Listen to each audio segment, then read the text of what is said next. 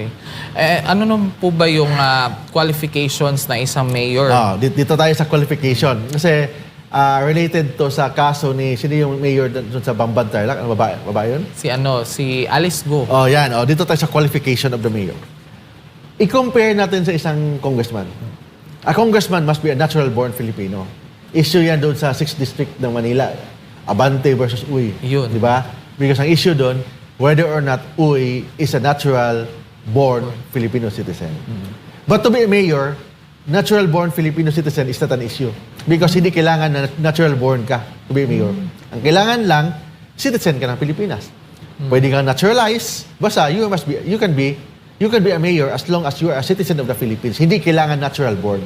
Natural-born, requirement lang yan sa congressman, sa senador, sa vice-presidente, presidente. But to be a mayor, ang nakalagay lang doon sa batas natin, citizen of the Philippines.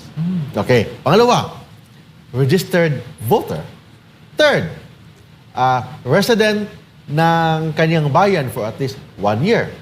Fourth, marunong magbasa at magsulat. Hindi kailangan abogado pag maging mayor ka. You must be able to read and write. Age requirement, 21 years of age. If in case of highly urbanized city, 25 years of age.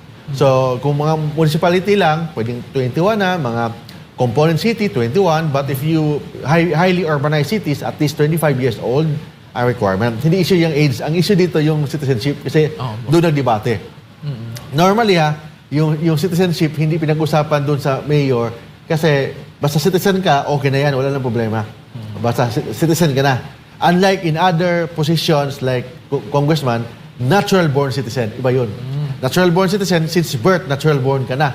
But ang mayor, hindi kailangan natural-born kahit na naturalize ka lang, dati kang Incheck, dati kang Amerikano, dati kang Hapon, tapos nagpa-naturalize ka, naging Pilipino ka na, yan, pwede ka maging mayor. Kasi ang sabi ng batas, you must be a citizen of the Philippines. Hindi requirement naman ang natural-born Filipino citizen.